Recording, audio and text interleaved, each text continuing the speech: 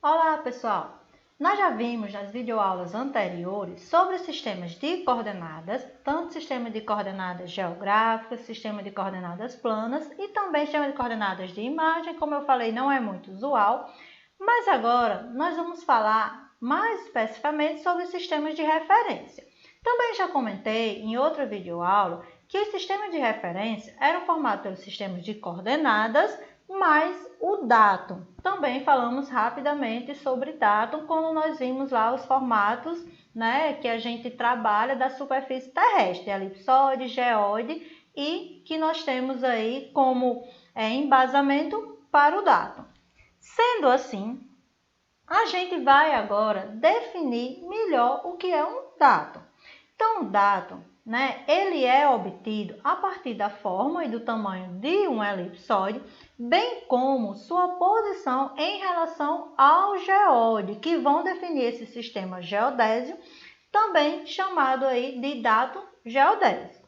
Lembrando, o plural de datum é data, não datums. Apesar de ser comum, em alguns casos a gente acaba falando de forma informal os datums de um local, de superfície, mas o plural de datum é data. Então aqui nós temos a ilustração do elipsoide, do geóide, que é a forma física de fato verdadeira da Terra. O elipsoide é a forma matemática, a formulação matemática da Terra para cálculo de distâncias, direções.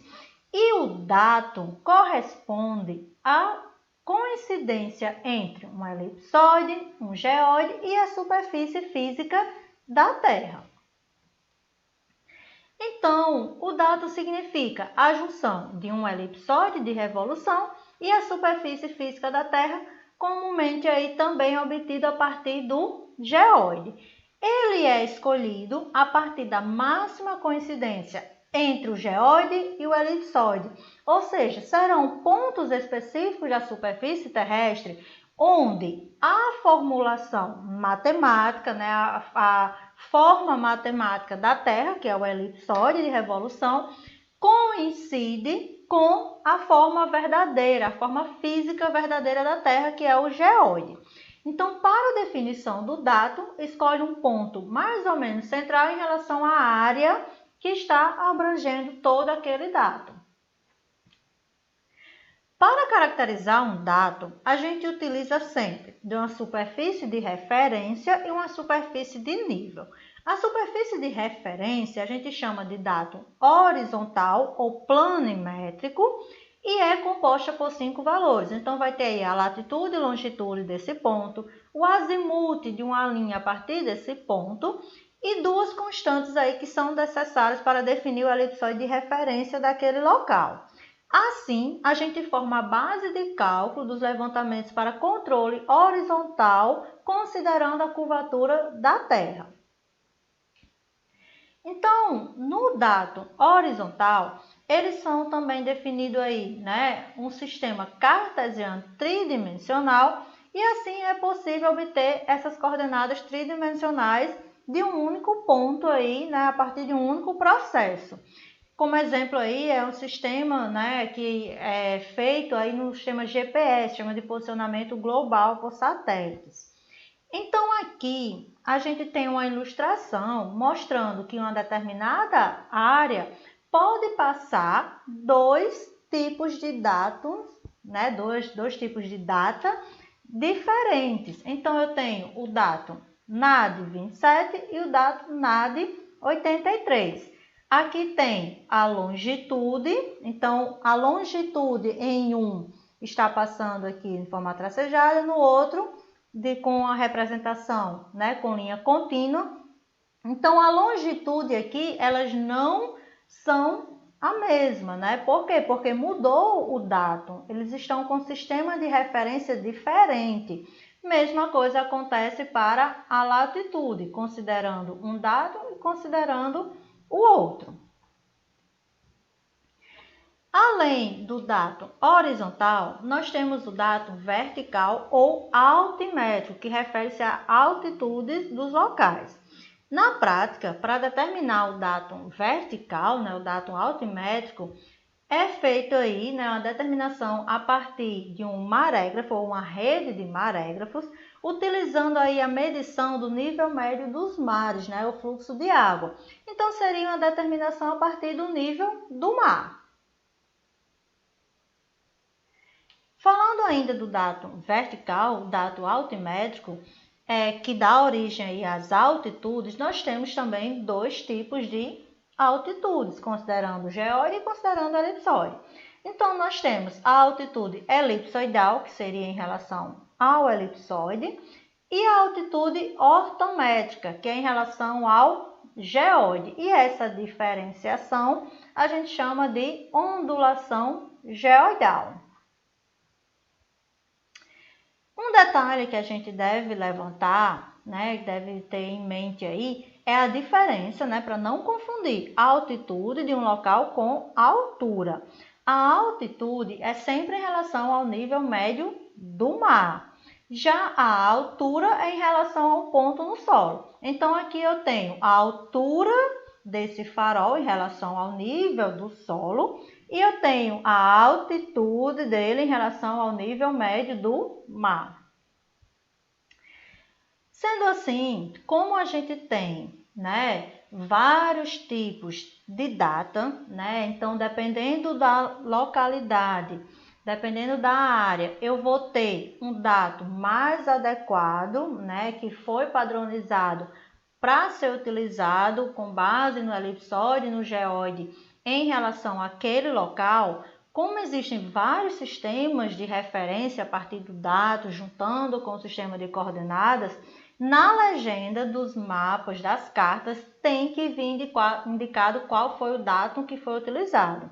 Então, de forma resumida, o datum ele é o ponto de referência a partir do qual a representação gráfica dos paralelos e meridianos e, consequentemente, todo o resto que for desenhado na carta e for relacionado, estão aí relacionados e também proporcional um em relação ao outro.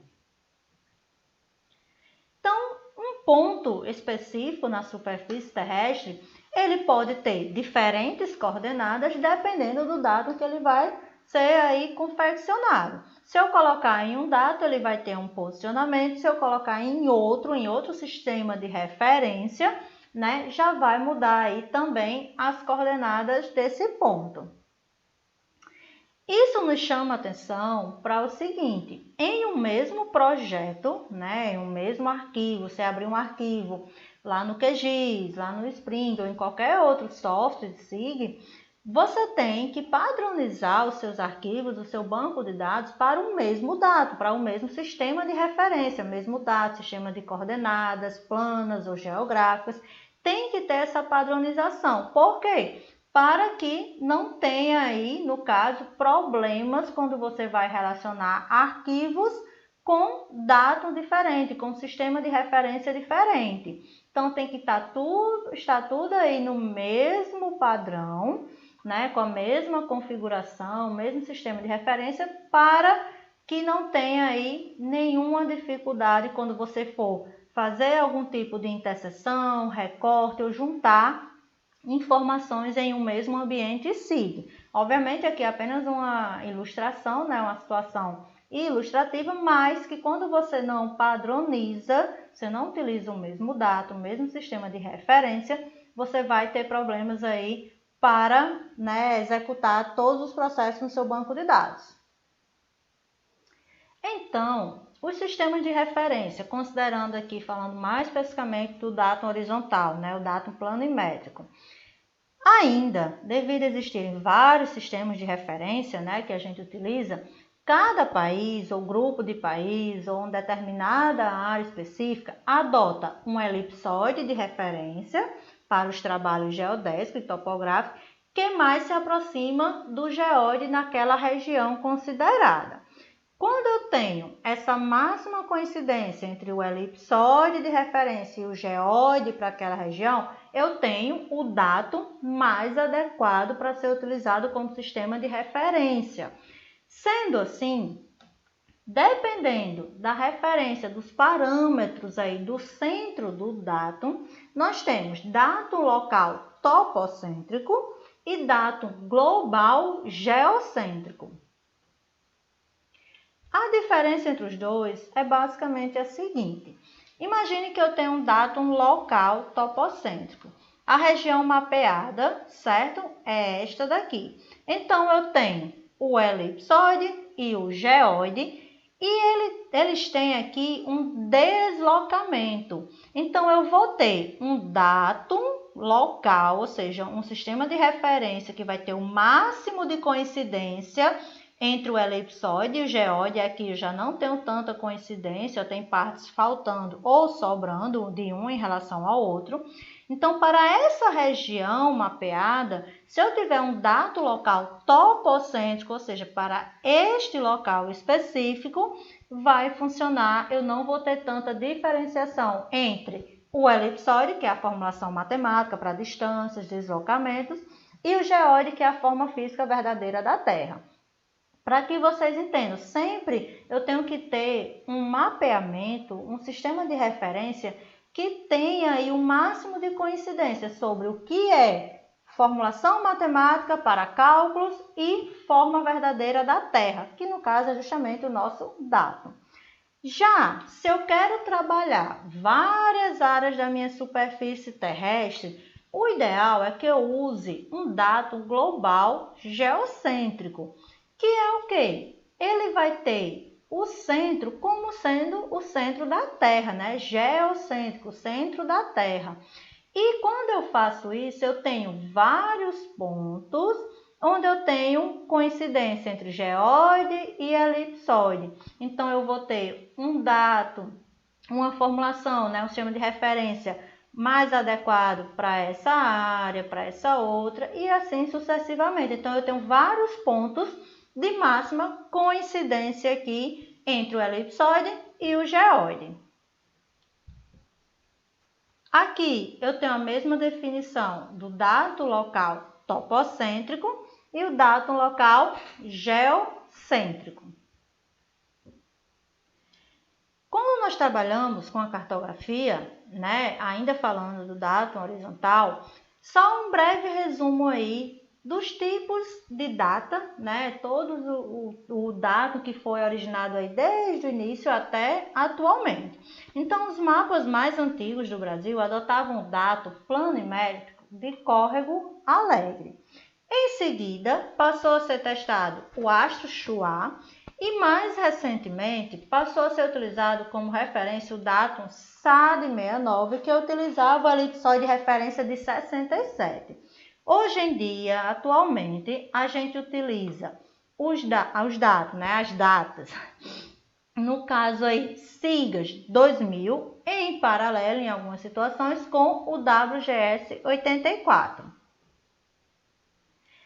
Temos também outros tipos de data, no caso o IDE, o NAD 27, NAD 83, o esférico, mas só destacando tanto o WGS 84, que é o sistema utilizado, né, no sistema GPS, aí, o sistema de referência utilizado pelo GPS. Então, tanto o WGS 84 quanto o SIGAS 2000 são dados globais, ou seja, datum global geocêntrico. E o SIGAS 2000 oferece uma melhor representação, ou seja, uma representação mais precisa para a América do Sul. Aqui eu trago apenas alguns detalhes, tanto do SIGAS 2000, né, como do WGS 84, e a gente pode observar que eles têm as mesmas características.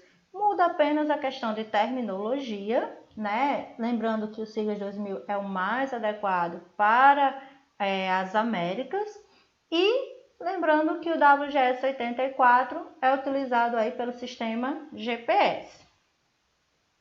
Falando mais especificamente aqui sobre o SAD69, que é um dado que não é mais utilizado, né? O oficial hoje em dia é o SIGAS 2000 para o Brasil, para a América do Sul.